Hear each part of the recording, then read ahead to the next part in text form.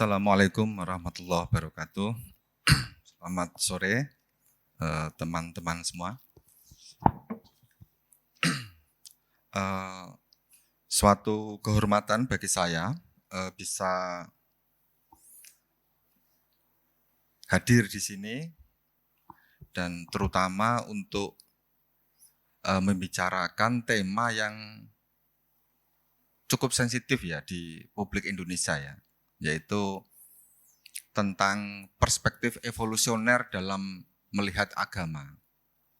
Nah, mungkin di banyak pengetahuan publik ya, perspektif evolusioner kita kenal dalam masyarakat kita itu seringkali dikaitkan dengan sosok yang secara internasional dikenal sebagai nabinya para ateis gitu, yaitu Richard Dawkins dan kawan-kawannya ya. Nah, karena sumber bacaan yang terbatas inilah ya, seolah-olah ketika membicarakan sains evolusioner itu tidak bisa dilepaskan dari sosok Richard Dawkins.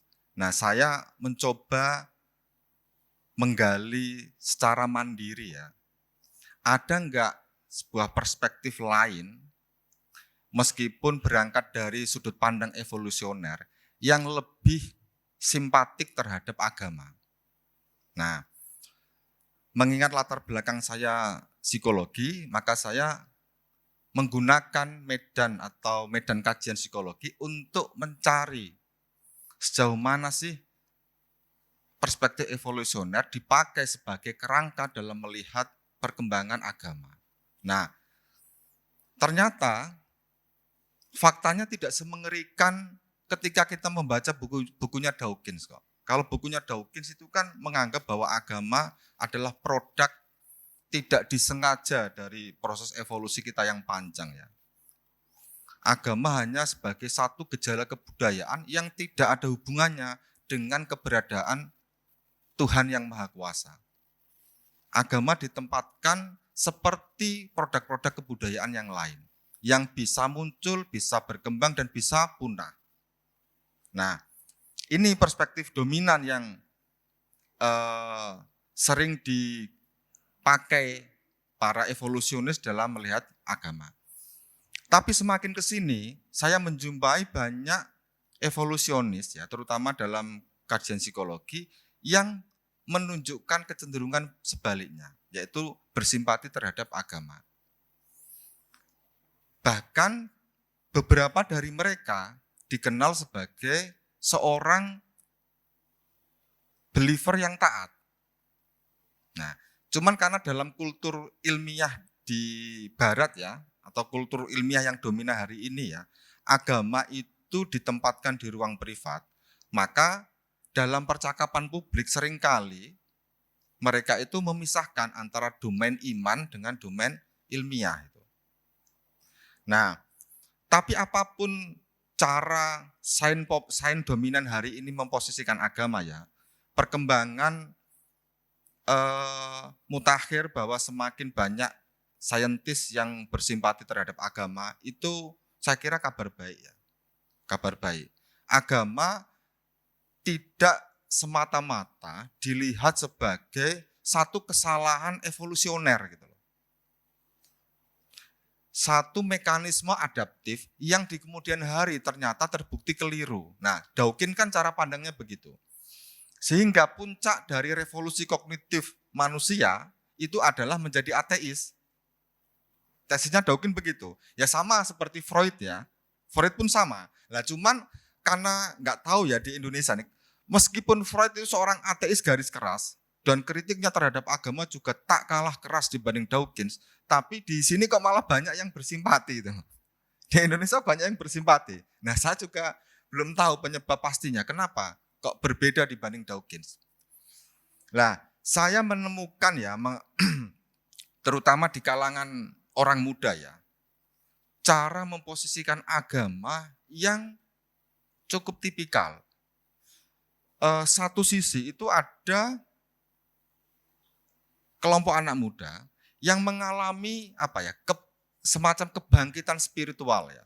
Saya menjumpai di banyak kota itu anak muda bahkan yang latar belakangnya sekuler sekalipun tidak pernah mengalami inisiasi pendidikan keagamaan secara masif ya. Itu menunjukkan di usia tertentu ya, menunjukkan kebutuhan akan sesuatu yang bermakna dalam hidup mereka yang kebetulan disediakan oleh agama. Makanya banyak anak muda yang berbondong-bondong mendalami agama.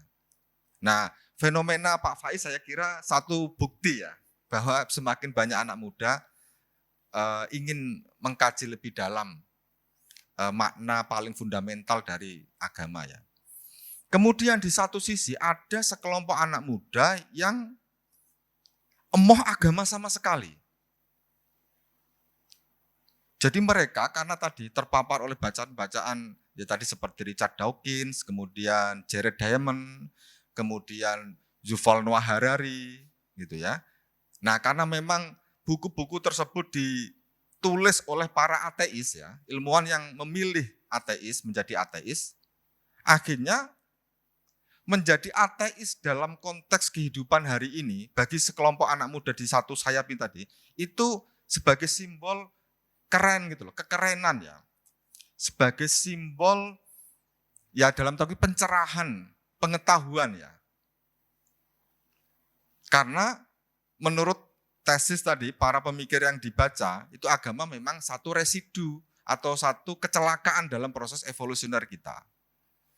Nah, sayangnya kedua kelompok ini tuh tidak mau berdialog gitu loh. Bahkan saling mengejek. Dan kalau teman-teman mau ini ya sedikit melakukan bahasa kerennya digital etnografi ya, bahasa kerennya itu.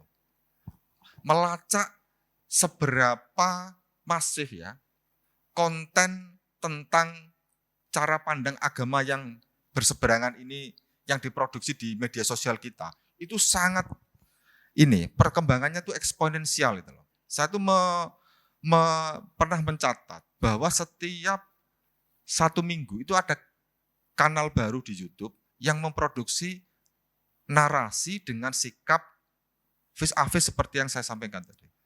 Satu mengglorifikasi agama sedemikian rupa, satu anti agama yang seolah-olah memungkinkan mereka tidak akan kembali lagi untuk menjadi believer gitu loh. Wah, ini kubu yang secara sosiologis tumbuh di masyarakat kita. Suka atau tidak suka, ya faktanya memang seperti ini. Nah, di hadapan kondisi semacam ini, kita kan perlu meninjau ulang ya cara pandang kita dalam melihat perilaku keberagamaan. Bukan agamanya ya. Kalau agama adalah wilayah yang sangat private ya, sangat intim, di mana yang tahu beriman atau tidak seseorang ya yang bersangkutan sendiri gitu loh. Nah, yang mau dideteksi adalah ekspresi keberagamaannya atau perilaku keberagamaannya gitu. Nah, kira-kira dua kecenderungan perilaku anak muda seperti yang saya singgung tadi itu menggambarkan atau mewakili situasi makro seperti apa sehingga kecenderungan ini tidak kita temukan di periode sebelumnya gitu loh. Sebenarnya ada apa yang terjadi dalam masyarakat kita sehingga perilaku keberagamaannya kok seperti ini. Nah, ini tentu sebuah pertanyaan yang menarik untuk dieksplorasi lebih dalam ya, lebih jauh ya. Nah, meskipun saya belum memiliki jawaban yang pasti tentang kecenderungan ini, tapi secara umum kira-kira ini menggambarkan pertama, kekecewaan terhadap institusi negara. Negara ini dalam banyak hal memang performanya kurang maksimal, bahkan buruk ya, dalam memenuhi hajat hidup publik gitu loh. Tuh. Kedua, hubungan simbiosis mutualistik antara elit-elit keagamaan dengan elit-elit pemerintahan. Ini saya kira fakta yang sudah jamak kita ketahui ya, kita nggak bisa menutupi lagi ya. Sudah menjadi rahasia publik bahwa kedua kelompok ini memang secara historis punya hubungan yang saling menguntungkan gitu loh. Sejak lembaga keagamaan diciptakan di periode Sumeria, Babilonia, Mesir kuno, itu memang hubungan antara agamawan dengan elit pemerintahan itu hubungan yang tidak bisa dipisahkan dan saling menguntungkan.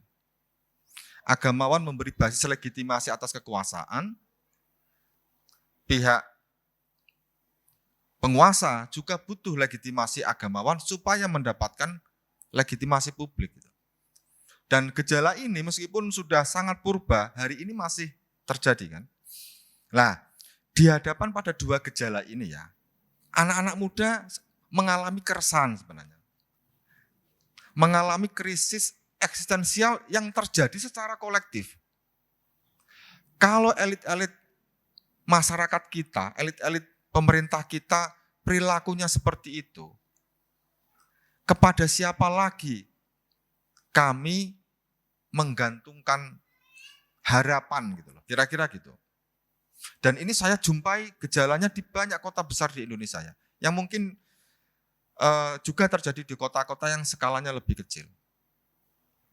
Ketidakpercayaan terhadap elit-elit masyarakat kita, baik yang elit birokrasi maupun elit keagamaan, menimbulkan satu perilaku, gejala perilaku keberagaman yang tipikal, yang tidak kita jumpai di periode selanjutnya. Nah, anak-anak muda ini mencoba mencari kanal-kanal baru ya, figur-figur baru yang kira-kira bisa dijadikan sandaran untuk memproyeksikan masa depan yang tidak menentu.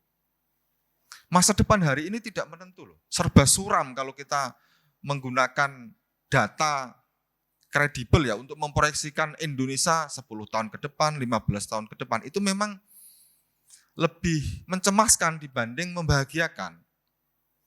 Dengan indikator data yang kita miliki hari ini, proyeksi Indonesia emas di 2045 itu lebih mungkin terjadi menjadi Indonesia cemas gitu loh.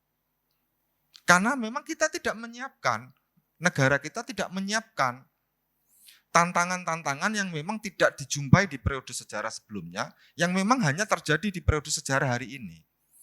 Revolusi digital, lahirnya AI, itu mengubah banyak aspek dalam kehidupan kita. Perubahannya tidak hanya teknikal, tapi sangat fundamental. Nah ini, fakta ini membuat generasi muda hari ini memang mengalami kecemasan cukup serius.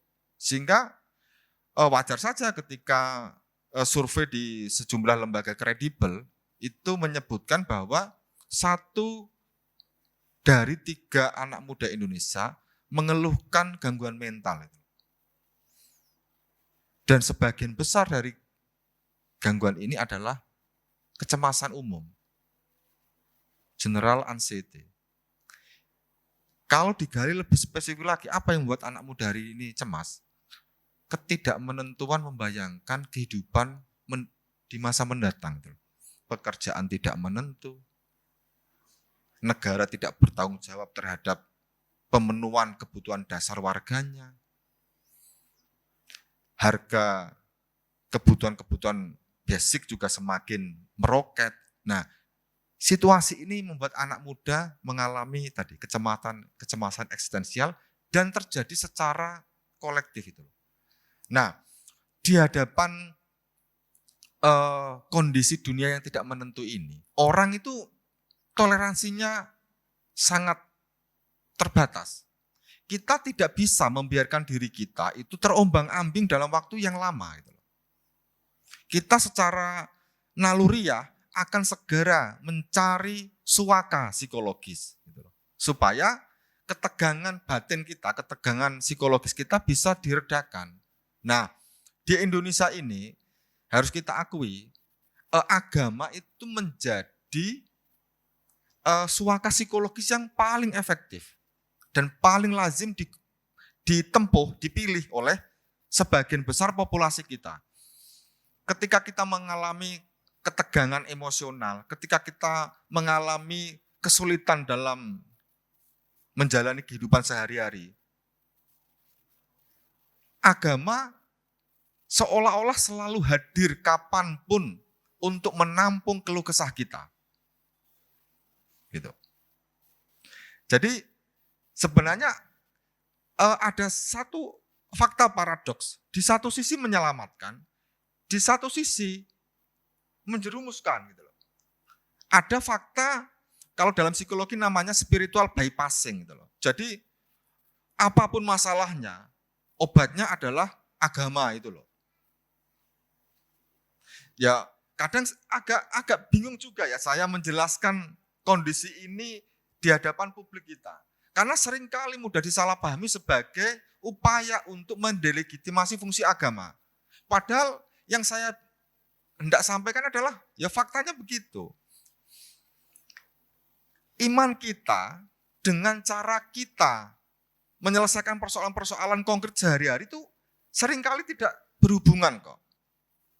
Misalnya ya, bagaimana kita menanggapi revolusi AI yang 5 tahun, 10 tahun ke depan akan menggerus manpower ya, tenaga kerja manusia. Karena industri itu akan memilih untuk melakukan efisiensi dengan otomasi gitu loh. Dengan menggunakan AI sebagai bagian dari sistem produksi gitu loh. Nah, ini kan mencemaskan. Laju pertumbuhan penduduk kita masih tinggi, sementara ketersediaan lapangan kerja itu sangat terbatas. Gitu. Nah, ini kan fakta demografis yang tidak bisa selesai hanya dengan kita berdoa kepada Tuhan yang Maha Kuasa kan. Kan harus ada rekayasa kelembagaan, ada rekayasa struktural dari negara untuk menyelesaikan problem ini. Tapi ya lagi-lagi karena kinerja negara kita kurang maksimal ya. Pilihan satu-satunya bagi warga yang menderita adalah lari ke agama. Yang bisa didatangi, bisa dilakukan setiap saat. Gitu. Ini di satu sisi menyelamatkan, meredakan ketegangan psikologis ya. Tapi di satu sisi juga mengalihkan kita dari persoalan yang sesungguhnya. Nah, saya itu sebenarnya berharap para penceramah agama, ya, para ustadz, para kiai itu paham isu-isu struktural semacam ini.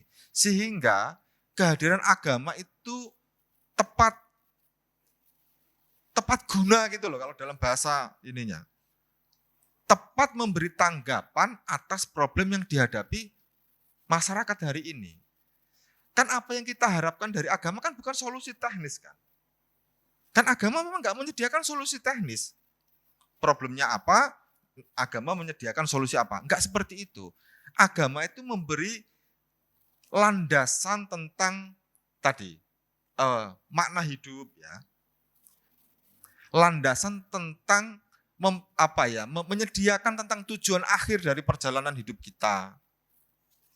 Memberikan sandaran nilai supaya kita tidak terombang-ambing dalam menjalani kehidupan yang semakin tidak menentu. Nah, agama secara evolusioner bisa bertahan justru karena fungsinya seperti ini gitu loh. Karena fungsi sebagai penyedia meaning, sebagai yang membentangkan jalan untuk mencapai tujuan akhir, yang sebagai jangkar nilai ketika kita mengalami situasi yang tidak baik-baik saja.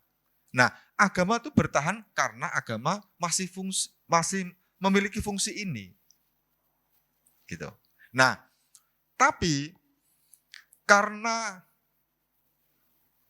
variabel ini ya, sosiologis kita memang agak berbeda dibanding misalnya negara-negara lain yang mengalami hubungan yang lebih keras ya dengan sains ya.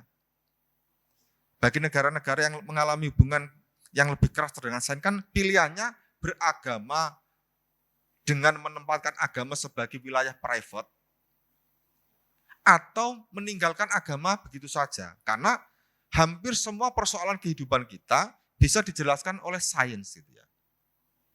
Nah, di masyarakat barat, Eropa terutama, kecenderungannya seperti ini. Makanya ada satu korelasi yang nampak signifikan ya. Semakin sejahtera sebuah negara, semakin pesat perkembangan sainsnya, masyarakatnya semakin sekuler. Populasinya semakin jauh dari agama. Itu pengalaman negara barat. Tapi apakah pengalaman ini berlaku untuk Indonesia? Ternyata tidak. Makanya dulu para sosiolog di tahun 60-an, 70-an itu memproyeksikan bahwa semakin masyarakat itu mengadopsi paradigma sains ya untuk mengelola kehidupan hajat hidupnya, semakin sekuler masyarakat tersebut. Di Indonesia ini tidak terjadi. Justru semakin berat beban kehidupan kita yang sebenarnya membutuhkan sains untuk menyelesaikannya, justru semakin kuat komitmen keberagamaan kita. Nah, Indonesia itu pengalaman yang berbeda. Nah, fakta ini hanya fakta sosiologis. Saya tidak mencoba menilainya apakah agama itu benar atau keliru dalam menghadapi problem sehari-hari kita. Bukan itu titik tekannya. Karena bagi saya ya, agama itu kalau ingin memiliki masa depan yang cerah, harus mampu mengintervensi wilayah yang memang menjadi domain tradisionalnya, yaitu wilayah ini, pengalaman keberagamaan. Wilayah, kalau dalam bahasa saya, wilayah yang lebih psychological gitu loh. Lah, persoalannya, seberapa sungguh-sungguh ya, seberapa jauh doktrin keagamaan kita itu menjangkau dimensi pengalaman kita gitu loh. Itu di Indonesia nampaknya agamawan, ustadz yang katakan mengadvokasi gagasan keagamaan yang lebih menekankan spiritual experiences ya, itu menjadi kelompok yang minor gitu ya. Misalnya sufisme. Kira-kira sufisme itu sebagai satu kecenderungan dalam perilaku keberagamaan itu mayoritas atau minoritas di Indonesia dibanding kecenderungan yang sangat syar'i misalnya, yang berorientasi pada fikih itu loh. Kan harus diakui sampai hari ini masyarakat Indonesia itu masih sangat berorientasi fikih, yang cenderung mengabaikan dimensi penghayatan dalam kehidupan beragama itu. Padahal yang dibutuhkan anak muda hari ini adalah intervensi terhadap atau aktivasi terhadap pengalaman keberagaman itu sendiri. Yang cenderung diabaikan oleh para tokoh-tokoh agama kita yang berorientasi pada fikih tadi. Nah, saya percaya bahwa forum di MJS ini lebih terbuka lah ya. Jadi ketika ngomong seperti ini tidak dianggap bagian dari upaya mendelegitimasi agama gitu loh ya. Saya percaya itu. Kalau di masjid lain mungkin saya akan mengerem gitu. Karena ngomong fakta itu memang tidak mengenakan. Menyakitkan memang ngomong fakta yang tidak baik-baik saja itu. Makanya orang cenderung memanipulasinya. Mencoba baik-baik saja dengan cara tadi spiritual bypassing. Agama adalah solusi untuk seluruh persoalan hidup kita. Gak punya uang, berdoa. Sedang dimusuhi oleh komunitasnya, mengadu kepada Allah Subhanahu wa Ta'ala.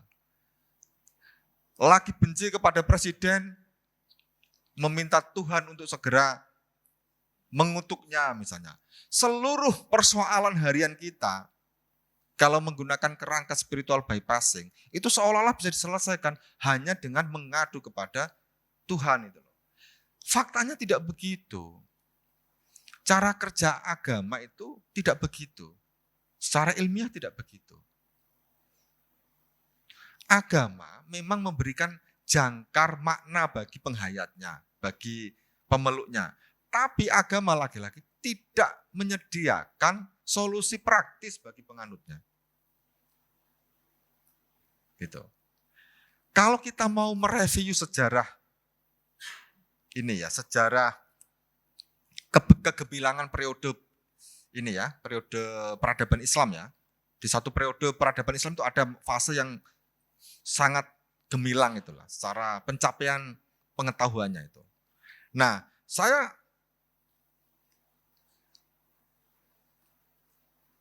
sangat terusik dengan fakta itu. Kenapa umat beragama hari ini kok relatif tertinggal di semua aspek pencapaian kemajuan ya.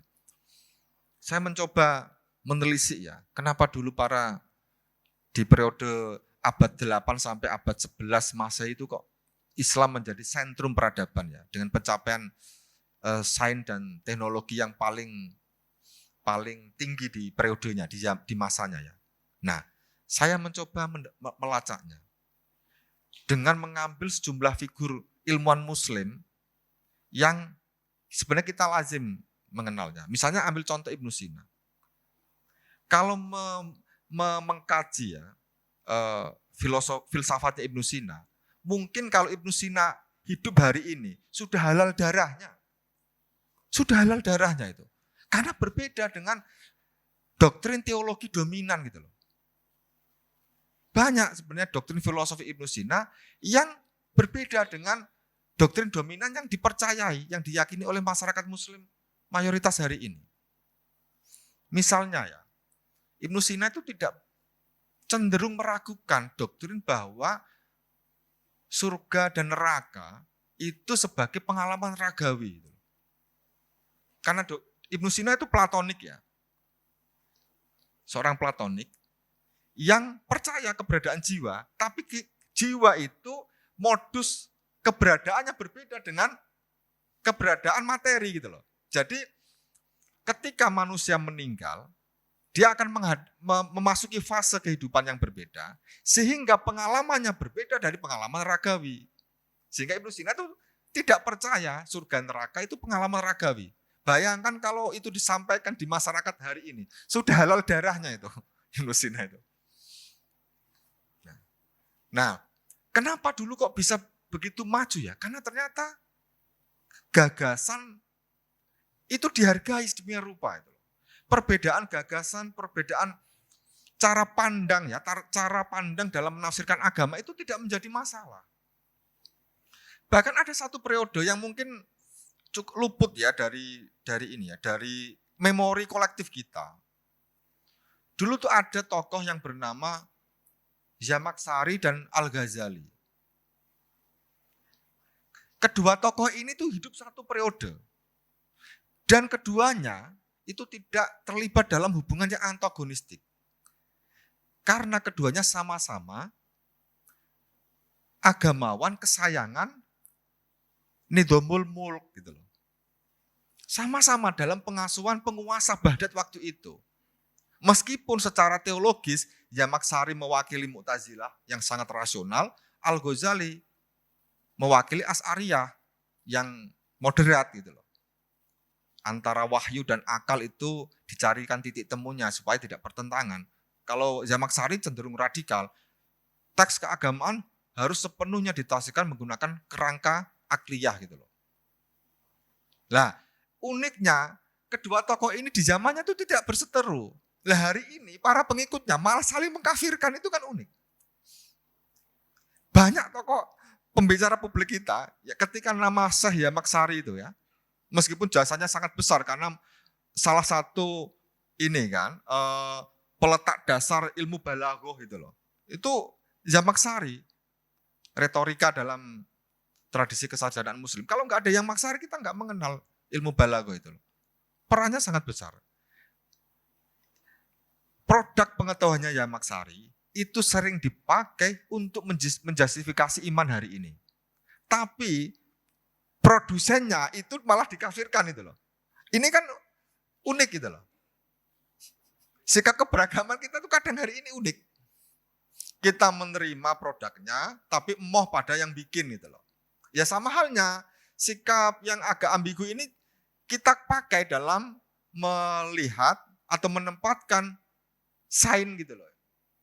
Kan kita sering berlindung, ambil baiknya, buang buruknya. Loh, sains itu ya secara internal tidak peduli dengan itu. Apa bedanya teknologi nuklir yang dikembangkan oleh Amerika dan Iran. Wong sama-sama berpotensi jadi senjata nuklir kok. Apakah gara-gara karena Iran kebetulan mayoritas penduduknya Muslim, apakah kemudian senjata nuklirnya halal gitu? Lebih baik dibanding senjata nuklir yang dikembangkan oleh Amerika dan Israel? Kan enggak. Ya, ketika sama-sama itu dipakai bisa menimbulkan kerusakan massal, ya sama-sama buruk dampaknya. Apakah itu dikembangkan oleh orang beragama atau tidak beragama? Sama-sama buruknya. Nah, sebenarnya agama di era kejayaan, periode kejayaan Islam ya, itu agama itu sebagai sistem nilai gitu loh. Agama sebagai variabel yang mendrive, yang mendorong ilmuwan yang beragama untuk menunjukkan bahwa agama itu menjadi kabar baik bagi umat manusia. Sehingga misalnya katakan kemajuan dalam riset ini ya, riset nuklir misalnya, kan bisa diterapkan di bidang lain selain di industri persenjataan gitu loh. Bisa di dunia kedokteran, di pertanian, di peternakan dan seterusnya ya. Nah, tapi yang harus disadari, karena teknologi ini bisa dipakai untuk hajat yang lebih beragam, bisa untuk tujuan kejahatan, juga untuk tujuan kebaikan, kita sebagai umat beragama harus rendah hati. Kita nggak bisa mengklaim bahwa sains itu punya status teologis itu loh. Sains itu netral secara ini ya. Baru ketika diturunkan menjadi teknologi lah itu mewakili interest penggunanya. Kalau sains sendiri sebagai mekanisme produksi pengetahuan itu memang tidak mengenal identitas keagamaan. Baru di level peruntukannya, pengembangannya ketika menjadi teknologi, nah itu bisa mengikuti interest pemakainya, penggunanya. Jadi apakah sains dipakai untuk membesarkan agama atau untuk mendelegitimasi agama, itu sebenarnya kecenderungan yang alamiah dalam produksi pengetahuan gitu loh. Tidak kemudian yang menggunakan sains untuk memantapkan imannya itu lebih mulia dibanding mereka yang menggunakan sains untuk mengoreksi agama. Kalau dalam tradisi saintifik ini sesuatu yang alamiah. Tidak benar, tidak salah gitu loh. Nah, hari ini terutama nggak tahu ya, masyarakat kita ini kalau diidentifikasi menggunakan ini ya, periodisasi sejarah sebagaimana diramalkan oleh para ilmuwan sosial, itu agak unik memang. Jadi kalau saya itu melihatnya, masyarakat kita itu masyarakat yang gamang ya. Maju enggan, mundur juga nggak mungkin gitu loh. Lah itu kondisi psikologis kolektif masyarakat kita tuh kondisi yang gamang. Maju tidak yakin, mundur tidak mungkin. Jadi lembam gitu loh. Begitu ya tidak, begini juga tidak itu. Nah, ini memang butuh ya rekayasa kelembagaan sekali lagi. Dan instrumen yang paling memungkinkan untuk mengubah kecenderungan ini ya negara. Agama itu seringkali menjadi menjadi tempat sampah dari kegagalan negara mengelola secara baik hajat publik gitu. Ketika negara gagal, agama yang mengambil peran untuk meredakan ketegangan psikologis warga negara yang dirugikan oleh kebijakan negara itu. Di Indonesia itu ini terjadi kok. Suka atau tidak suka kita harus mengakui.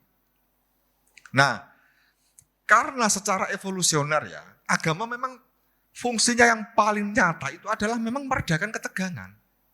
Jadi ini sebenarnya bukan bentuk delegitimasi terhadap agama, enggak. Ini justru semakin menegaskan bahwa agama memang seringkali menjadi jangkar nilai, jangkar psikologis bagi orang-orang yang mengalami tekanan evolusioner gitu loh. Kalau dalam bahasa psikologi evolusioner ya. Setiap saat kita mengalami tekanan evolusioner kok. Kita dituntut untuk beradaptasi terhadap perubahan setiap saat. Nah, karena hari ini kita sudah periode sejarah kita sudah melahirkan satu eksperimen yang bernama negara bangsa sebagai satu institusi yang kita sepakati bersama untuk memenuhi kehidupan publik ya. Kita nggak ada pilihan selain mengandalkan negara untuk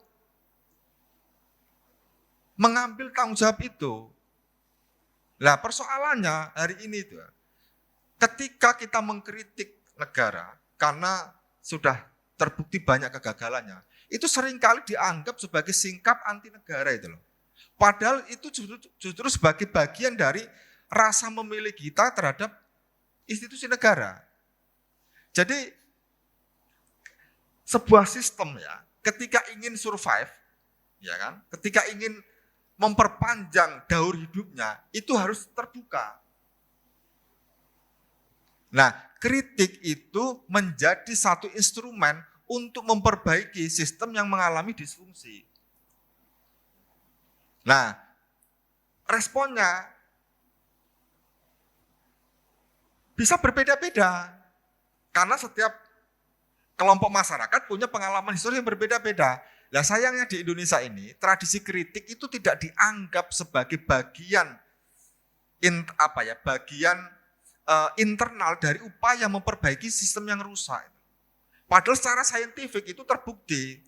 Misalnya yang latar belakangnya biologi atau fisika ya, ada hukum termodinamika 2 itu ya. Ada entropi. Ketika entropi tinggi dibutuhkan satu energi yang disuntikkan supaya lebih stabil. Nah, kritik itu bagian dari upaya menstabilkan sistem yang rusak sebenarnya. Yang hari ini dipahami secara berbeda. Gitu. Nah, saya membaca baik elit pemerintah maupun elit agama itu sama dalam menanggapi kritik gitu loh.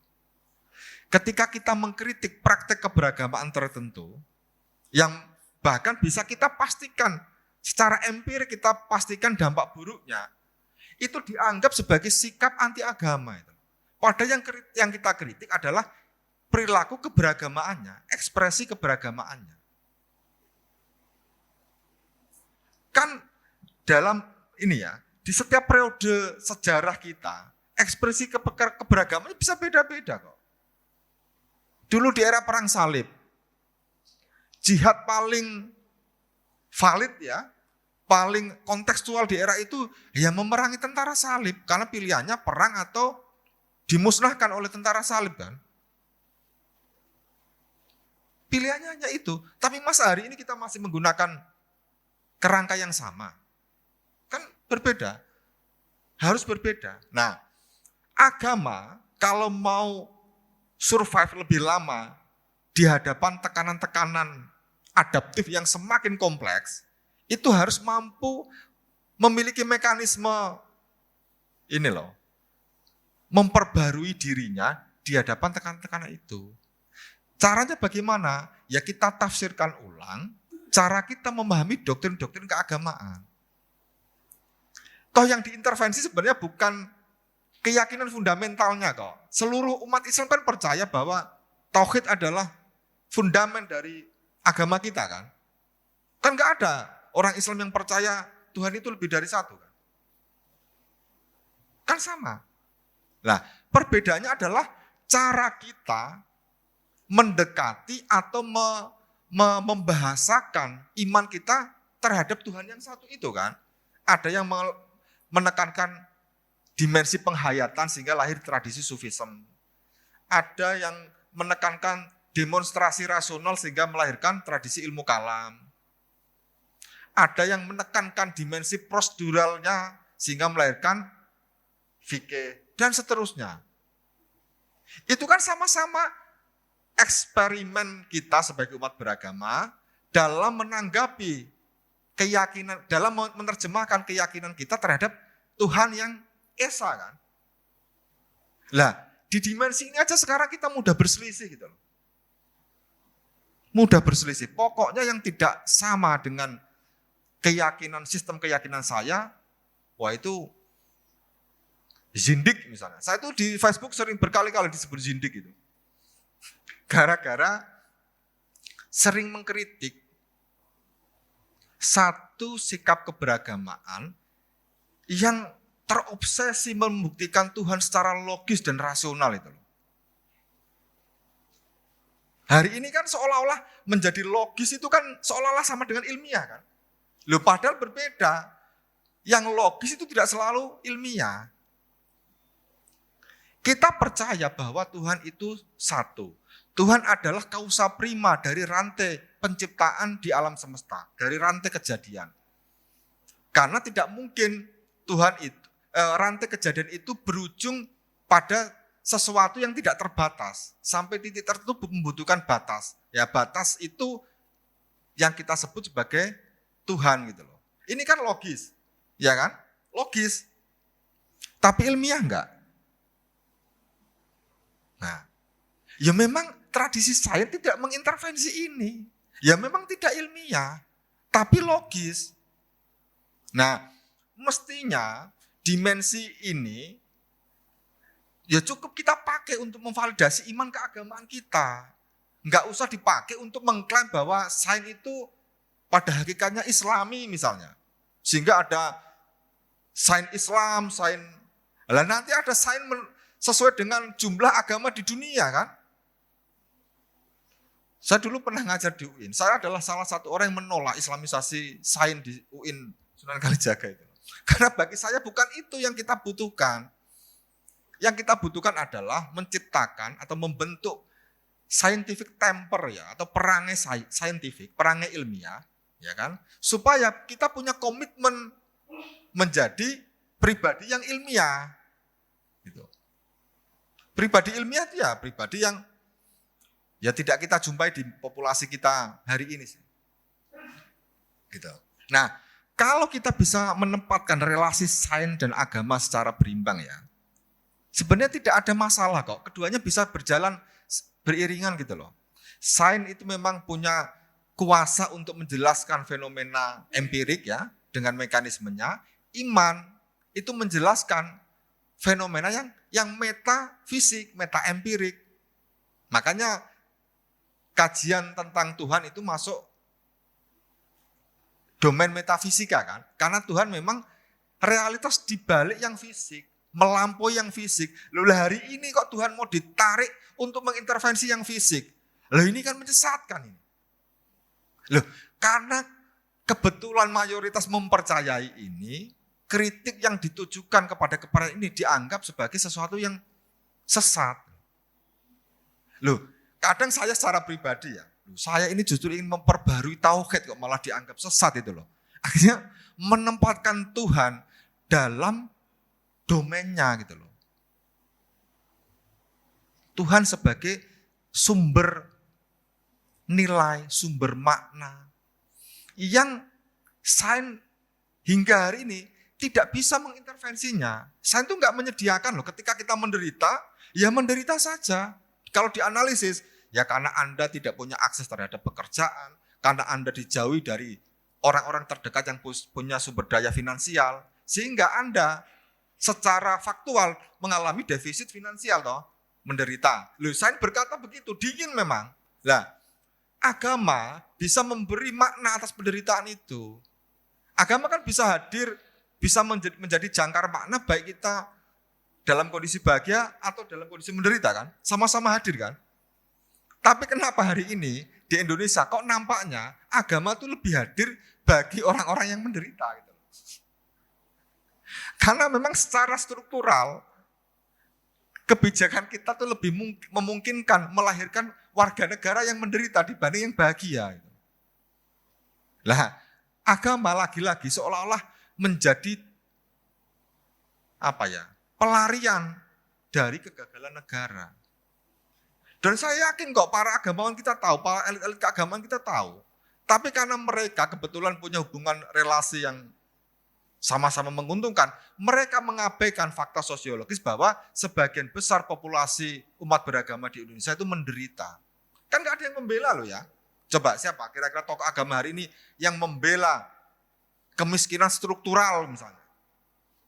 Kan nggak ada yang bersuara ketika seorang anak SD memilih bunuh diri karena ketidakmampuan menebus buku ajar itu loh. Itu kan bayangkan kurang tragedi apa ini. Gara-gara tidak bisa membeli buku senilai 10.000. Bisa mengakibatkan hilangnya nyawa anak-anak itu loh. Ada nggak yang bersuara bahwa ini kegagalan negara dalam mensejahterakan warganya? Kan nggak ada. Siapa kira-kira agamawan kita yang memfatwakan bahwa ini adalah kejahatan negara terhadap warganya? Enggak ada loh, bungkam semua loh. Siswa yang keracunan MBG, ada enggak tokoh-tokoh agama kita mengecam bahwa itu kegagalan negara dalam penyelenggaraan MBG misalnya? Kan enggak ada. Karena apa? Ya karena ormas-ormas besar kita mendapatkan konsesi SPPG itu loh. Semuanya dapat dapur MBG. Jumlahnya besar, ribuan itu. Sehingga nggak mungkin mengkritik. Loh ini kan fakta. Faktanya kan begini kan. Loh masa nggak boleh dikritik gitu loh. Ketika ada segelintir orang yang pikirannya masih waras, masa nggak boleh mengkritik? Kok jelas-jelas ini praktik yang tidak benar gitu loh. Lah di Indonesia ini, segelintir orang yang masih memanfaatkan akal budinya ya, yang diyakini, yang kita yakini sebagai karunia terbaik dari Allah Subhanahu wa taala kan, itu justru malah rentan dikriminalisasi gitu loh. Lah inilah fakta bahwa pencapaian peradaban publik kita ya seperti ini. Harus diakui, suka atau tidak suka ya memang masyarakat kita masih seperti ini kok. Gak usah dibandingkan dengan negara-negara lain yang keadaban publiknya lebih maju ya. Ya kita memang secara evolusioner masih di periode seperti sekarang. Karena kita tidak memilih strategi adaptasi seperti yang dilakukan oleh negara-negara lain yang lebih maju gitu loh. Nah, kegagalan negara inilah yang tadi ya seperti saya singgung di depan, memicu sebagian populasi untuk mencari penghiburan kembali dari rahim doktrin keagamaan itu loh. Makanya saya melihat gejala Pak Faiz ya, itu menarik sebenarnya kalau secara psikologis ya. Banyak anak muda yang gampang, kebingungan memproyeksikan hidup ke depan ya. Mereka butuh pedoman satu, tafsir keagamaan yang bisa mengayomi, yang bisa menjangkau ke dimensi pengalaman orang-orang yang beragama gitu loh. Bukan sekedar kumpulan doktrin halal haram, benar salah, surga neraka. Saya pastikan kalau ini yang cara kita mendakwahkan agamanya dengan dikotomi semacam ini, banyak nanti anak-anak muda yang meninggalkan agama beneran itu. Karena problemnya bukan itu. Problemnya adalah bagaimana agama hadir untuk menyuntikkan rasa pengharapan kepada orang-orang yang memang sedang mengalami penderitaan hidup gitu. Lah, fungsi agama memang di sini secara ilmiah maupun secara teologis gitu loh. Agama memang menjadi penghiburan bagi orang-orang yang menderita. Nah, hanya gara-gara pandangan ini pernah dipopulerkan oleh seorang ideolog bernama Karl Marx ya, sehingga menempatkan agama sebagai sumber penghiburan, seolah-olah dianggap ateis, komunis, atau bertentangan dengan agama gitu loh. Loh, di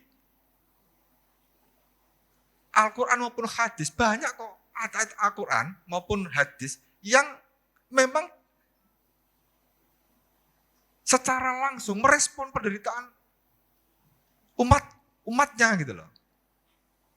Banyak sekali ayat-ayat yang berisi penghiburan supaya kita tidak patah arang ketika menghadapi kegoncangan hidup gitu loh. Banyak sekali. Bentuk penghiburan paling ultim ya, paling maksimal adalah narasi tentang mukjizat para nabi ya.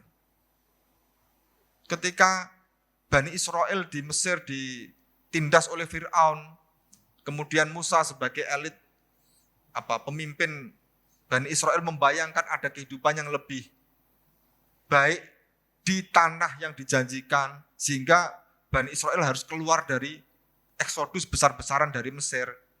Kemudian diterangkan bahwa dengan memukulkan tongkatnya di Laut Merah atau Laut Hitam itu ya, kemudian akan terbentang jalan menuju tanah yang dijanjikan. Loh, ini kan bentuk penghiburan yang paling nyata bagi kaum yang menderita gitu loh. Loh, kalau agama tidak kehilangan fungsinya ini, justru itu yang paling mengkhawatirkan. Paling mengkhawatirkan. Nah, sejumlah ilmuwan evolusioner ya, yang kebetulan bersimpati terhadap agama, itu membuktikan dalam rangkaian penelitian mereka di masyarakat-masyarakat yang masih beragama. Mereka membuktikan bahwa apapun latar belakang identitas keagamaannya, terlepas dari keragaman orientasi teologisnya, terlepas dari keragaman prosedur pelaksanaan teknis kehidupan beragamanya, satu fungsi agama yang bisa ditemukan di seluruh belahan dunia manapun adalah sebagai suaka penghiburan ketika umat beragama mengalami tekanan hidup itu. Ini sebenarnya fungsi yang paling fundamental. Dan sebenarnya nggak perlu kok dinilai secara negatif itu loh. Gara-gara ini bersinggungan dengan satu doktrin yang disampaikan oleh Karl Marx gitu loh. Karena memang tanpa itu ya agama sudah punah sejak dahulu kala gitu loh. Kalau agama tidak bisa menyediakan kebutuhan psikologis bagi pemeluknya. Nah, misalnya gini. Ketika kita membayangkan sebuah masyarakat yang katakan dalam terminologi agama ya, baldatun thayyibatun warabun ghafur misalnya. Ini kan kita membayangkan satu periode kehidupan publik yang dalam bahasa Jawa gemah ripah lojinawi, pemimpinnya bertanggung jawab, dermawan kepada rakyatnya patuh dan seterusnya. Ada enggak eksperimen historis negara yang bisa mewujudkan konsep baldatun thayyibatun warabun ghafurin? Ada enggak? Sepanjang eksperimen kita sebagai sebuah spesies yang mengkoloni bumi ini loh. Dari Yunani kuno sampai hari ini enggak ada sebenarnya konsep baldatun thayyibatun warabun ghafur itu enggak pernah secara empirik terbukti di dunia. Tapi kenapa kita membutuhkan konsep ideal tentang kehidupan bernegara? Ya supaya kita punya pedoman kan. Ketika kita tidak memiliki itu ya sudah, kita terombang-ambing. Nah, seluruh produk normatif kita bisa moralitas, bisa undang-undang dasar sebuah negara, bisa konstitusi. Itu sebenarnya cara kita mengintervensi kehidupan yang sepenuhnya tidak bisa kita kendalikan. Sehingga kita harus punya prosedur normatif supaya kita tetap memiliki arah dalam memproyeksikan hidup ke depan itu loh. Nah, agama itu secara historis, secara evolusioner memang menjadi institusi yang paling produktif yang paling produktif melahirkan moralitas gitu loh. Agama itu memang secara evolusioner salah satu institusi sosial yang bertanggung jawab memproduksi moralitas. Nah, kenapa moralitas keagamaan itu berbeda dengan moralitas sekuler? Kan banyak. Ya kan? Filsafat moral gitu loh.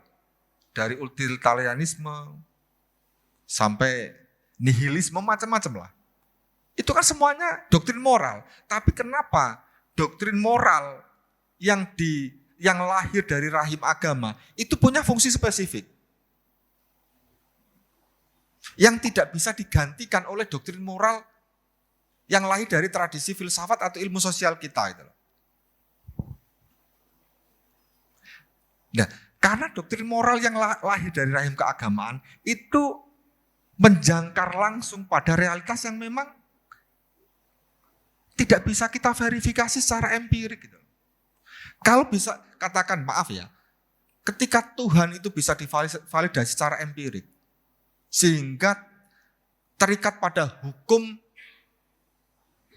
benar keliru gitu loh, secara saintifik. Bayangkan. Ayo sudah, banyak orang yang mungkin akan menanggalkan imannya. Justru karena Tuhan itu sebagai sumber eksistensi yang tidak bisa kita validasi secara ilmiah, keyakinan ini bertahan lintas abad, lintas generasi gitu loh.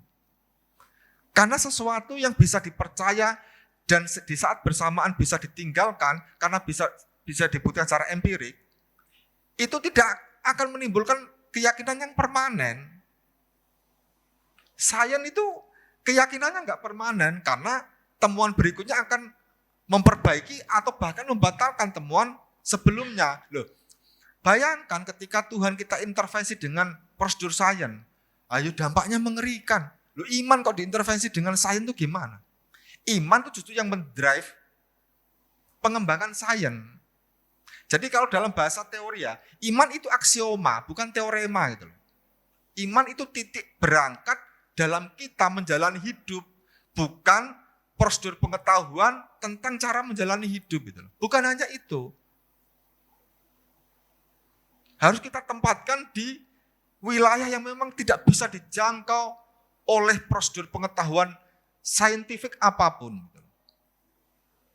Nah, sayangnya hari ini ada kecenderungan untuk memvalidasi iman secara rasional dan ilmiah tadi loh. Seolah-olah agama itu nggak mau kalah dengan sains. Loh, memang domainnya berbeda kok menang-menangan gitu loh. Kan mestinya menggarap domain masing-masing gitu loh. Titik temunya bukan di wilayah ontologis, sains misalnya. Sains kan nggak percaya. Tuhan ada atau tidak ada itu nggak peduli sains. Sains bisa dijalankan oleh orang yang beragama maupun tidak beragama. Hasilnya sama. Sebuah penelitian misalnya ya, penelitian biologi molekuler misalnya, yang dijalankan oleh ilmuwan yang beragama dengan ilmuwan yang tidak beragama, ya hasilnya sama karena prosedurnya sama. Kalau iman, kan berbeda. Nah, cuman karena hari ini, sebenarnya kalau dalam pembacaan psikologis ya, orang beragama yang ingin mematut-matutkan doktrin keagamaan supaya punya dimensi saintifik, itu sebenarnya umat beragama yang nggak pede. Agama jangan sampai kalah dengan kemajuan sains. Loh, padahal kan ini domain yang berbeda. Domain yang berbeda relasinya mestinya tidak kompetitif kan? Tidak konfliktual kan? Kan nggak mungkin atlet sepak bola kok ditandingkan dengan atlet catur, kan nggak nyambung. Mestinya agama dan sains menggarap domain yang berbeda. Titik temunya ya bisa di level nilai tadi. Misalnya ya, apa makna sains bagi keberlangsungan masa depan umat manusia? Nah, ini agama bisa memberi sumbangsih aksiologis gitu loh. Sumbangsih nilai, sumbangsih makna. Sehingga sains itu terutama peruntukannya bisa diorientasikan untuk kemaslahatan kehidupan umat manusia gitu loh. Tapi sainsnya sendiri sebagai produksi pengetahuan di domain yang paling fundamental itu sebenarnya mandiri. Baik dikembangkan oleh orang yang beragama maupun tidak beragama, hasilnya tetap sama. Nah, baru keperuntukannya. Nah, itu agama bisa berperan karena agama mengintervensi wilayah makna, wilayah nilai, wilayah kemanfaatan, dan seterusnya. Nah, kalau titik temu antara sains dan agama di titik ini kan enak. Tidak ada persaingan kan, sifatnya komplementari. Agama memberikan bobot makna yang memang tidak bisa diintervensi oleh sains. Ketika kita misalnya ya mengambil sampel ya, kenapa ada negara sejahtera dan ada negara miskin? Loh, sains tidak akan ngomong tentang baik buruk itu loh.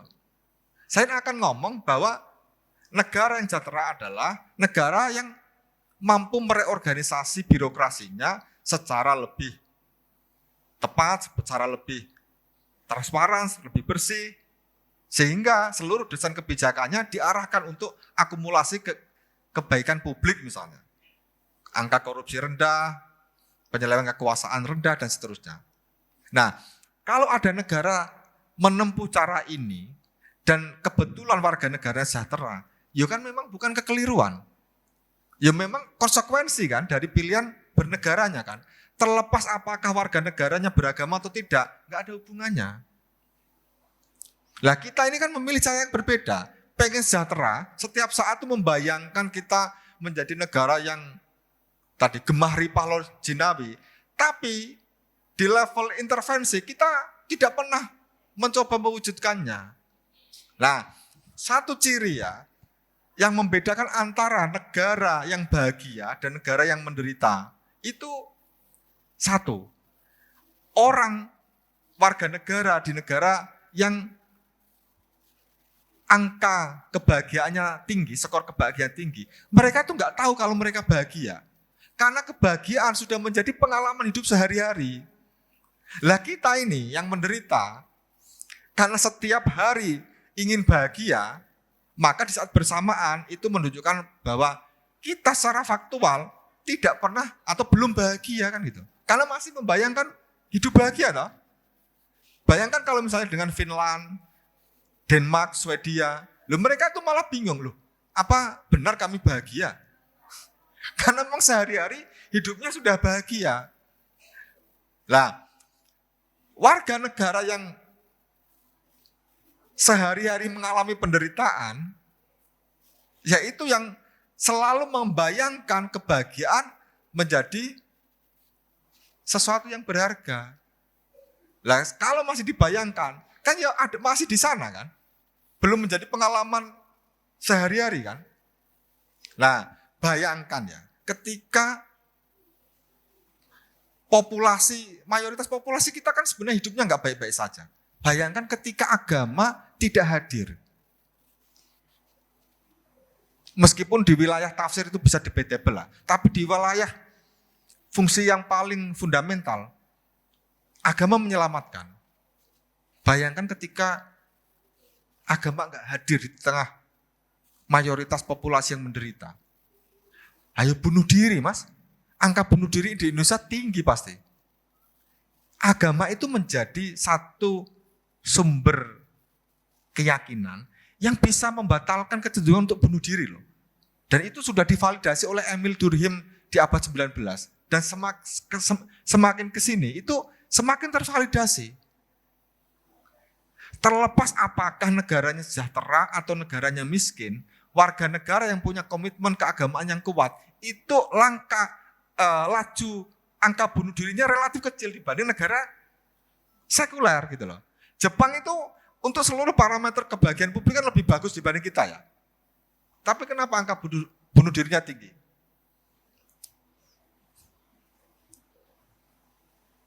Lah kita tuh besok nggak makan aja masih bisa tersenyum kok hari ini kok. masih bisa gembira kok.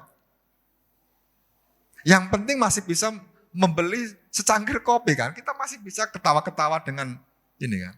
Di Jepang nggak mungkin. Jepang memproyeksikan 1 tahun ke depan, katakan ada orang ya, ada satu warga negara, ada individu, mendapatkan kabar bahwa 1 tahun ke depan dia akan di PHK. Loh, hari ini sudah depresi. Sudah depresi. Karena membayangkan pasca itu terus bagaimana saya melanjutkan kehidupan saya. Di Indonesia ini loh. Besok makan apa? Nggak tahu. Itu masih bisa tersenyum kok. Masih bisa bahagia. Masih bisa percaya ada berkah gitu ya. Ada keajaiban. Karena keyakinan yang terlalu mendalam terhadap segala kemungkinan gitu lah. Di satu sisi menyelamatkan, tapi di satu sisi juga menjebak. Ya memang begini, secara faktual memang paradoks cara kita berelasi dengan realitas metafisik gitu loh. Nah, terlepas dari tadi ya, fakta sosiologis bahwa ini bisa berdampak buruk, bisa berdampak baik. Terlepas dari itu, agama atau sistem keyakinan keagamaan itu menyediakan satu fungsi yang tidak bisa diambil alih oleh sistem pengetahuan lain. Menjadi tadi jangkar nilai. Menjadi sumber dari proyeksi kita tentang tujuan akhir kehidupan. Sistem pengetahuan lain tidak menyediakan itu. Setelah kita mati secara biologis, sains tidak akan ngomong kehidupan pasca kehidupan dunia. Ilmu sosial tidak membayangkan itu. Kan hanya agama kan yang memiliki doktrin terpadu tentang kehidupan pasca kehidupan dunia kan. Loh, bayangkan ketika orang menderita di dunia tidak punya bayangan tentang kehidupan berikutnya yang lebih membahagiakan. Ayo dia akan memilih mengakhiri lebih cepat hidupnya di dunia. Wong tidak ada jaminan kebahagiaan di kehidupan setelah dunia. Nah, kenapa masyarakat sekuler ya? Nah ini menarik. Masyarakat sekuler memilih mengakhiri hidupnya meskipun bobot penderitaannya dibandingkan bobot penderitaan warga Indonesia, warga negara Indonesia, itu nggak ada apa-apanya sebenarnya. Kenapa mereka toleransi terhadap ketabahan itu relatif rendah ya? Karena mereka tidak punya sistem keyakinan ada kehidupan setelah dunia. Sehingga ketika di dunia menderita, yaitu menjadi batas akhir dari hidupnya gitu loh. Seolah-olah hidupnya sudah selesai. Lah, bagi kita yang beragama, semenderita apapun kita menjalani hidup di dunia, kan masih ada janji-janji eskatologis ya, janji-janji tentang kehidupan setelah dunia kan. Itu yang membuat kita relatif lebih tabah dalam menjalani kesulitan hidup. Loh ini secara ilmiah psikologi membuktikan itu gitu loh. Nah itu artinya secara evolusioner agama itu sebagai sebuah sistem pengetahuan memerankan fungsi yang tidak bisa diambil alih oleh sistem pengetahuan lain. Nah ini keunggulannya. Nah mestinya agama yang kita praktekkan hari ini kan bisa mengaktifasi dimensi ini itu loh. Cuman sayangnya ya belum banyak sih. Nah, misalnya maaf ya ini bukan karena Pak Faiz dulu guru saya ya. Guru saya hingga hari ini ya. Bukan karena Pak Faiz mempopulerkan itu, lantas seolah-olah Pak Faiz menjadi solusi gitu loh. Ya, Pak Faiz itu memerankan satu fungsi yang kebetulan tidak diperankan oleh tokoh agama yang lain. Ya sama halnya dengan Ryu Hasan, tahu kan Ryu Hasan? Tahu ya? Dia mampu mengisi kekosongan, kegelisahan anak muda. Dia membaca kegelisahan anak muda yang tidak disediakan oleh penceramah publik kita. Sehingga misalnya kalau kita petakan secara sosiologis, anak muda yang emoh agama, itu figur idolanya adalah Ryu Hasan, anak muda yang ingin mengaktifasi pengalaman keagamaan, figurnya salah satunya Pak Faiz. Mana yang benar secara saintifik? Ya enggak bisa dinilai benar salah. Tapi apakah keduanya berguna? Ya berguna. Karena apa? Bisa menjawab kan keresahan eksistensial yang dialami oleh anak muda hari ini kan. Hanya gara-gara rutenya berbeda, satu bisa menganggap yang lain kafir itu loh. Lah, kalau sebenarnya kita lebih rendah hati ya, enak kok sebenarnya. Artinya yang memilih kembali ke agama, jangan kemudian yang bereksperimen untuk mengikuti jalurnya Dr. Ryu Hasan, itu dianggap sesat. Ketika misalnya menunda untuk memberi label negatif kepada kelompok yang berbeda, itu kan lebih produktif gitu loh. Wong itu bagian dari proses kan, untuk mencari sumber makna hidup yang bisa dijadikan pedoman kan. Kalau secara ilmiah, itu hanya pilihan teknis. Tidak bisa dipastikan yang memilih Pak Faiz atau memilih Ryu Hasan itu lebih baik atau lebih buruk, nggak bisa. Yaitu fakta sosiologis begitu. Lah, makna yang kita yakini benar dari cara kita menghayati ajaran keagamaan, itu kan selalu bersifat internal kan.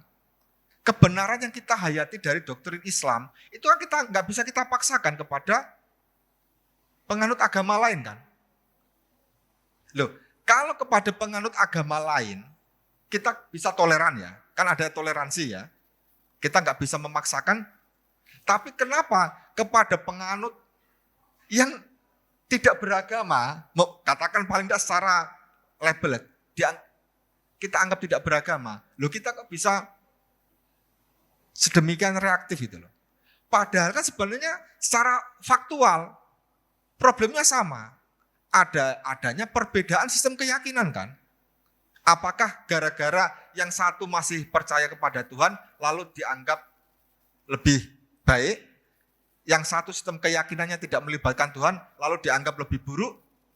Secara faktual kita tidak bisa menilai itu baik, benar atau.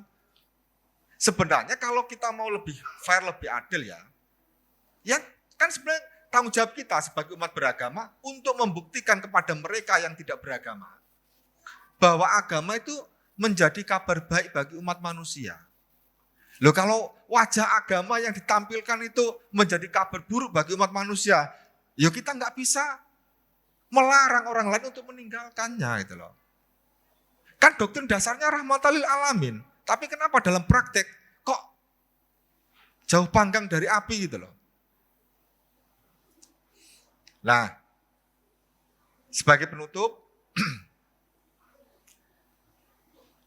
mumpung ini bulan yang kita terima sebagai bulan yang mulia, bulan yang suci, yang kalau dalam bahasa psikologi itu sebenarnya tidak bisa lebih tepat dimaknai sebagai secara simbolik ya. Misalnya menahan lapar itu kan tidak dalam pengertian menahan lapar beneran kan. Wong dalam dunia medis kan ada juga istilahnya intermittent fasting gitu loh. Jadi puasa dalam periode tertentu. Nggak ada hubungannya dengan doktrin teologi. Makanya kalau puasa kita maknai sebagai sebagai sebuah eksperimen simbolik dan maknawi dalam cara kita berelasi dengan sumber keimanan kita, itu akan banyak hal, akan banyak manfaat yang sebenarnya lebih bisa kita peroleh gitu loh. Sehingga cara kita berelasi dengan doktrin keagamaan kita itu selalu adaptif ya terhadap tantangan atau tekanan hidup yang selalu berubah-ubah. Puasa di era Nabi mungkin secara faktual ya, karena sistem masyarakatnya berbeda. Mungkin maknanya memang secara literal mengembangkan kepedulian empatik kepada orang yang tidak beruntung kan. Karena memang situasi masyarakatnya berbeda. Tapi kalau dalam konteks hari ini, kita kan perlu memperkaya makna puasa. Misalnya sebagai medium penyucian batin misalnya. Medium refleksi diri supaya kehidupan kita punya proyeksi yang lebih optimistik misalnya. Medium jeda, bahwa ternyata dalam hidup itu selalu ada efek jeda. Nah, puasa dimaknai sebagai efek jeda untuk merefleksikan kembali perjalanan kita hidup sebelumnya dan apa yang akan kita lakukan di kehidupan selanjutnya. Nah, saya kira perlu ya para ustadz, para penceramah publik kita menafsirkan secara kreatif ya iman keagamaan dalam rangka menanggapi problem-problem konkret yang dihadapi oleh umat manusia hari ini. Karena tantangannya berbeda.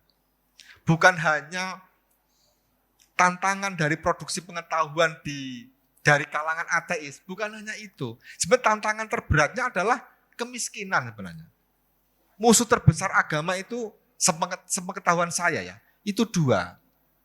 Kebodohan dan kemiskinan. Itu musuh terbesar agama. Yang hari ini bisa diselesaikan oleh sistem pengetahuan non-agama. Iya kan? Sains modern kan lebih bisa mengintervensi dua problem ini. Sementara kita sebagai umat beragama meyakini bahwa itu adalah tanggung jawab agama untuk menyelesaikannya. Tapi kenapa kita kalah dalam mewujudkan itu? Nah ini tentu akan menjadi permenungan kita bersama ya. Saya tidak bisa memberikan jawaban yang terukur tentang problem itu. Tapi secara faktual itu memang problem yang kita hadapi hari ini. Gitu. Mungkin demikian dari saya.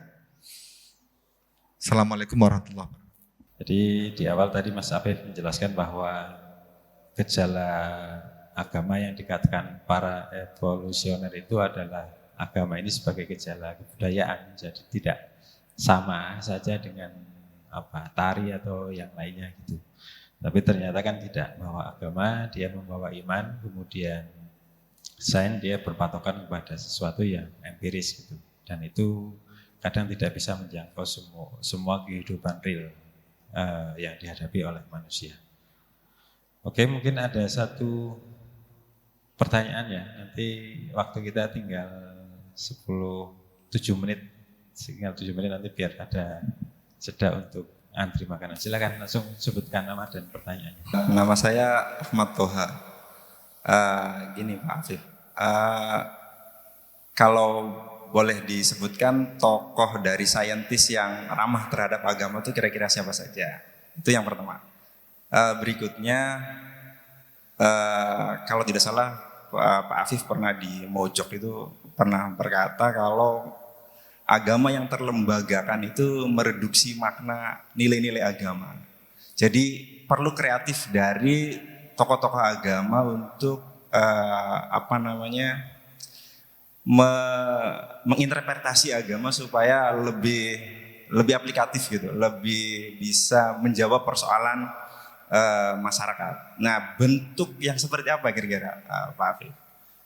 Kalau boleh satu lagi, kalau saya pernah dengar dari lembaga survei Burhanuddin Muqtadi, beliau mengatakan bahwa masyarakat yang ekonominya semakin membaik itu semakin melepaskan diri dari otoritas agama itu, Pak Afif. Nah, ini mah buat jok aja. Jangan-jangan negara kita ini membuat kita tetap kondisi ekonominya seperti ini. Itu saking pedulinya kepada agama gitu, Pak. Kira-kira kalau bisa ditanggapi. Terima kasih. Assalamualaikum warahmatullahi wabarakatuh. Ada banyak nama sebenarnya hari ini ya. Apalagi tren relasi agama dan sains hari itu sebenarnya tidak seantagonistik eranya Darwin waktu itu. Sekarang ada banyak kemungkinan Mas dalam ini ya, dalam relasi antara sains dan agama. Nah, cuman memang ada satu batas yang tidak bisa dilampaui. Ya tadi ada domain yang memang berbeda. Sains itu berurusan dengan realitas empirik, sementara agama berurusan dengan realitas metafisik. Ketika kedua batas ini tidak dipaksakan untuk berinterseksi ya, sebenarnya keduanya bisa sama-sama berperan secara maksimal ya. Nah, contoh ilmuwan misalnya ya, Ada fisikawan Abdus Salam namanya dari Pakistan, itu fisikawan penerima Nobel. Dan satu-satunya yang beragama Islam itu. Dan celakanya Ahmadiyah itu loh. Ahmadiyah yang di sini tidak dianggap Islam. Ya kan? Jadi kalau fakta itu dibuka untuk masyarakat muslim di Indonesia, ayo enggak ada mas, ilmuwan muslim yang dapat Nobel mas. Karena Profesor Abdus Salam itu Ahmadiyah gitu loh. Yang di sini enggak dianggap Islam gitu. Nah, sebagian besar memang mayoritas ilmuwan penerima Nobel itu Kristen mas. Pertama beragama Kristen secara ini ya. Kedua non-teis atau agnostik gitu ya. Mereka memilih tidak membicarakan iman dalam praktek saintifik mereka itu. Dan hari ini paradigma dominan memang agnostik gitu loh. Dalam kultur ilmiah dunia gitu. Nah, tapi tidak menutup tidak menutup kemungkinan bahwa seorang ilmuwan yang ilmuwan yang berhasil juga sekaligus seorang believer yang taat gitu loh. Banyak sebenarnya di psikologi itu ada namanya, bahkan salah satu penggagas, salah satu pengembang teori evolusioner ya dalam kajian psikologi. Salah satu penggagas psikologi evolusioner dalam tradisi psikologi. Namanya Justin Everett. Jadi Justin L. Barrett. Dia salah satu penggagas lahirnya psikologi evolusioner. Tapi di saat bersamaan dia seorang Katolik yang taat. Jadi dia memilih mempertahankan komitmen keagamaannya sekaligus komitmen ilmiahnya dengan cara apa? Membuat batas yang tegas. Ini domain yang berbeda, sains adalah domain yang berbeda, iman adalah domain yang berbeda. Nah, karena memang secara epistemik ketika keduanya diperdebatkan itu rentan terjadi hubungan yang konfliktual gitu loh. Kalau keduanya diberi keleluasaan untuk menggarap domain masing-masing, justru malah ada relasi yang lebih berimbang. Karena tidak saling unggul-unggulan gitu. Nah, ditambah lagi misalnya temuan para evolusionis hari ini ya, entah itu psikolog, entah itu ahli biologi, entah itu antropolog, itu menemukan fakta bahwa agama terlepas dari kebenaran doktrinnya ya, itu memang memiliki fungsi yang sangat penting bagi keberlangsungan hidup umat manusia. Misalnya secara evolusioner itu ada beberapa fungsi yang yang tidak bisa digantikan oleh fungsi yang lain. Nah, misalnya agama itu sebagai sumber makna. Sehingga penderitaan tadi bisa nampak positif ketika kita bisa membingkainya kan dalam terminologi keagamaan. Kalau dalam konteks sains, penderitaannya penderitaan itu buruk gitu loh. Kalau dalam tradisi agama bisa membuat pemaknaan yang berbeda sehingga orang yang menderita tidak akan kehilangan semangat atau tidak mengalami keputusasaan. Oke, kemudian agama punya fungsi sebagai penyedia identitas. Nah, setiap tradisi agama besar di dunia kan punya konsep tentang identitas kolektif gitu loh. Kalau di Islam namanya ummah ya. Namanya ummah. Nah, meskipun antara satu individu beragama dengan individu lainnya tidak saling mengenal, tapi mereka punya identitas kolektif yang sama gitu loh. Sehingga ketika satu menderita, satu mengalami masalah, yang lain ikut merasakan penderitaannya. Seperti misalnya kasus di Gaza ya. Ada yang punya kenalan atau punya keluarga di Gaza yang hadir di sini? Kan enggak ada lah. Tapi kenapa kita ikut merasakan penderitaan mereka? Bahkan kita ikut menggalang donasi untuk membantu mereka. Bayangkan kalau agama tidak menyediakan identitas kolektif, ya nggak akan terjadi praktek-praktek penggalangan dana lintas negara semacam ini. Nah, secara faktual agama itu berguna gitu. Secara evolusioner agama bisa bertahan, salah satunya ini menyediakan identitas kolektif. Salah duanya tadi menjadi sumber makna. Gitu loh. Nah, meskipun ya kalau secara evolusioner ada paradoks gitu loh. Semakin terlembaga ya, semakin agama itu bisa menjangkau kehidupan publik bahkan sampai ke wilayah personal. Artinya institusi agama semakin terlembaga. Ada kecenderungan agama semakin kaku gitu loh. Agama semakin tidak adaptif terhadap persoalan umat gitu loh. Sehingga ekspresinya dalam menanggapi problem umat kurang kreatif karena terlalu terlembaga. Nah, relasi yang lebih ideal ya. Jadi relasi antara eksperimentasi iman ya dalam praktek sosial dengan komitmen terhadap iman itu ini loh, saling berinteraksi tanpa ada ujung gitu. Selalu ada ketegangan. Iman akan bermakna ketika dieksperimentasikan dalam kehidupan sosial, tapi apakah eksperimen kita adalah representasi sepenuhnya dari iman kita? Juga tidak. Yang bisa kita lakukan adalah melakukan eksperimentasi tanpa ujung gitu loh. Terus-menerus melakukan eksperimentasi supaya iman kita tetap aktual dalam konteks kehidupan yang beragam. Nah, agama yang terlalu terlembaga itu kehilangan dimensi kreatifnya.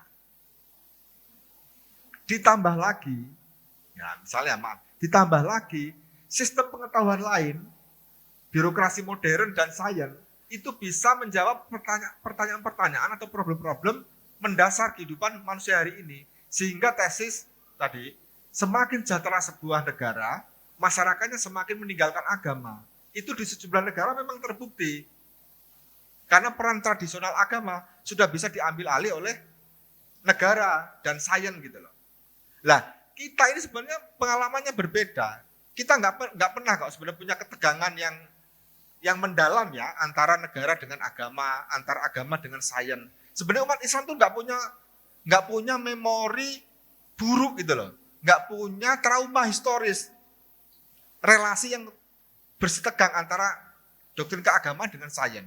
Karena apa? Punya memori kolektif tentang masa kegemilangan peradaban Islam ketika para ilmuwan Muslim itu menjadi mercusuar bagi pengembangan sains di periode itu.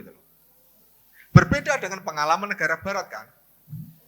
Selama berabad-abad institusi gereja sangat dominan, bahkan gereja adalah negara, gereja menjadi satu-satunya sumber kebenaran, sehingga ketika ada upaya keluar dari gereja, eksperimen para pemikir era pencerahan ya, itu kan sebenarnya ingin keluar dari dominasi gereja, akhirnya proyek pengetahuannya ditujukan untuk meruntuhkan dominasi gereja.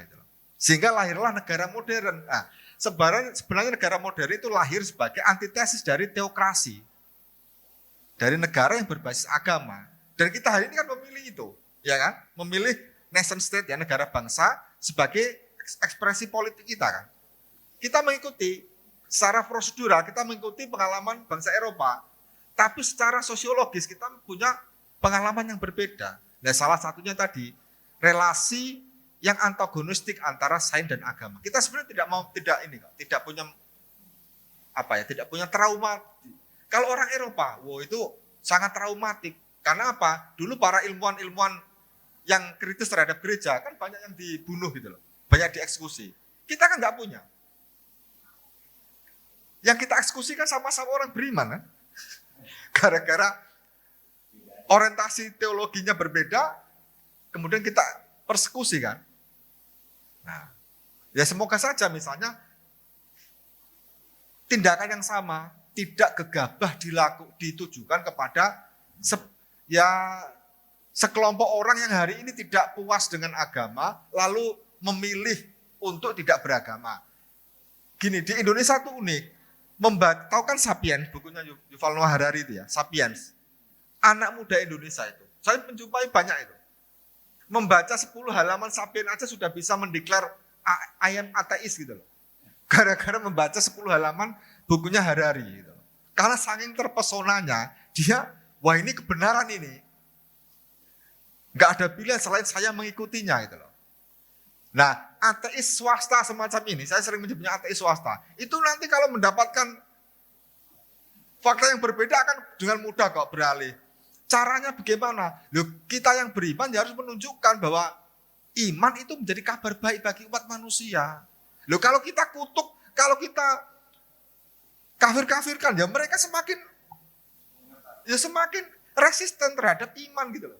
Lah mestinya kita rangkul mereka, kita ajak diskusi gitu loh. Lah, sangat jarang tokoh publik kita mengembangkan sikap semacam itu. Itu menurut saya yang agak disayangkan ya. Itu Mas kira-kira.